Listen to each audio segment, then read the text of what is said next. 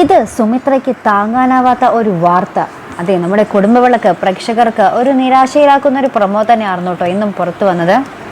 വേറെ നമ്മുടെ സുമിത്ര, നമ്മുടെ അനിരുദ്ധ് സുമിത്രയോട് വന്ന് പറയുന്നുണ്ട്, അമ്മ വിഷമിക്കേണ്ട, അനന്യ പറഞ്ഞത് ഇച്ചിരി കൂടിപ്പോയെന്ന് അറിയാം, ശീതളിന് അതൊക്കെ മനസ്സിലാക്കാവുന്നതേ ഉള്ളൂ എന്നൊക്കെ ഇങ്ങനെ പറയുന്നുണ്ട്. അപ്പം നമ്മുടെ സുമിത്ര പറയുന്നുണ്ട്, ഇല്ല, അനന്യയെ കുറ്റം പറഞ്ഞിട്ട് കാര്യമില്ല, സച്ചിയുടെ ഭാഗത്തും ഒരു കുഴപ്പമുണ്ട് എന്നൊക്കെ ഇങ്ങനെ നമ്മുടെ സുമിത്ര പറയുന്നുണ്ട്. അപ്പോൾ അതെന്താണെന്ന് ഇങ്ങനെ അനിരുദ്ധ് ഇങ്ങനെ ചോദിച്ചറിയുന്നുണ്ട്. അപ്പോൾ നമ്മുടെ സുമിത്ര പറയുന്നുണ്ട്, ദാമ്പത്യ ജീവിതത്തിൽ പ്രശ്നങ്ങളില്ലാത്തവരായി ആരുമില്ല, അതിൻ്റെ ജീവിച്ചിരിക്കുന്ന ഒരു രക്തസാക്ഷിയാണ് താൻ എന്നൊക്കെ ഇങ്ങനെ പറഞ്ഞിങ്ങനെ കുറേ കാര്യങ്ങളൊക്കെ പറഞ്ഞു കൊടുക്കുന്നുണ്ട് കേട്ടോ. ശേഷം നമ്മുടെ അനിരുദ്ധ് ഇങ്ങനെ ശീതളിൻ്റെ അടുത്ത് ശീതളിന് ഇങ്ങനെ ഭക്ഷണം വാരി കൊടുക്കുകയാട്ടോ. എന്നിട്ട് പറയുന്നുണ്ട്, പരസ്പരമുള്ള കരുതലാണ് മോളെ ഏറ്റവും വലുത്. അത് മാതാപിതാക്കളോടായാലും സഹോദരങ്ങളോടായാലും ഭാര്യ ഭർത്താവിനോടായാലും എല്ലാം ആ ഒരു കരുതലാണ് വേണ്ടതെന്നൊക്കെ ഇപ്പം നമ്മുടെ ശീതളിൻ്റെ അടുത്ത് പറഞ്ഞു കൊടുക്കുന്നുണ്ട്.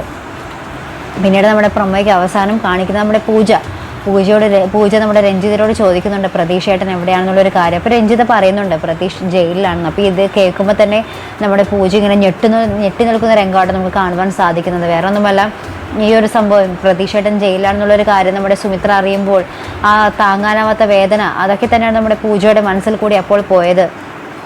പിന്നെ എന്തായാലും നമ്മുടെ പൂജ വഴി നമ്മുടെ സുമിത്ര അറിയുകയും സുമിത്ര പ്രതീക്ഷനെ കാണാൻ പോകുന്ന രംഗമൊക്കെ തന്നെയായിരിക്കും ഇനി വരുന്ന എപ്പിസോഡിൽ നമുക്ക് കാണുവാൻ സാധിക്കുന്നത്. അപ്പോൾ അതിനൊക്കെയായിട്ട് നമുക്ക് കാത്തിരുന്ന് കാണാം. അപ്പോൾ ഇതുപോലുള്ള പ്രൊമോ റിവ്യൂസിനും എപ്പിസോഡ് റിവ്യൂസിനും ഒക്കെ നിങ്ങൾ മറക്കാതെ ചാനൽ സബ്സ്ക്രൈബ് ചെയ്യുക. അടുത്തൊരു വീഡിയോയുമായി വരുന്നത് വരയ്ക്കും ബൈ.